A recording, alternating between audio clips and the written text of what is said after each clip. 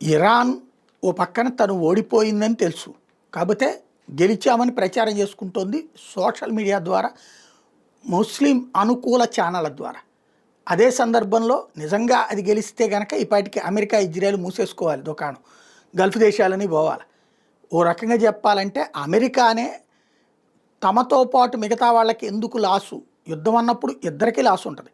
Iran భారీగా నష్టపోయింది కాబట్టి కథ నడుపుతోంది. ఇప్పుడు హార్ముజ్ జలసంధిని దిగ్బంధించాక ఇరాన్ విలవెల్లాడిపోతుంది.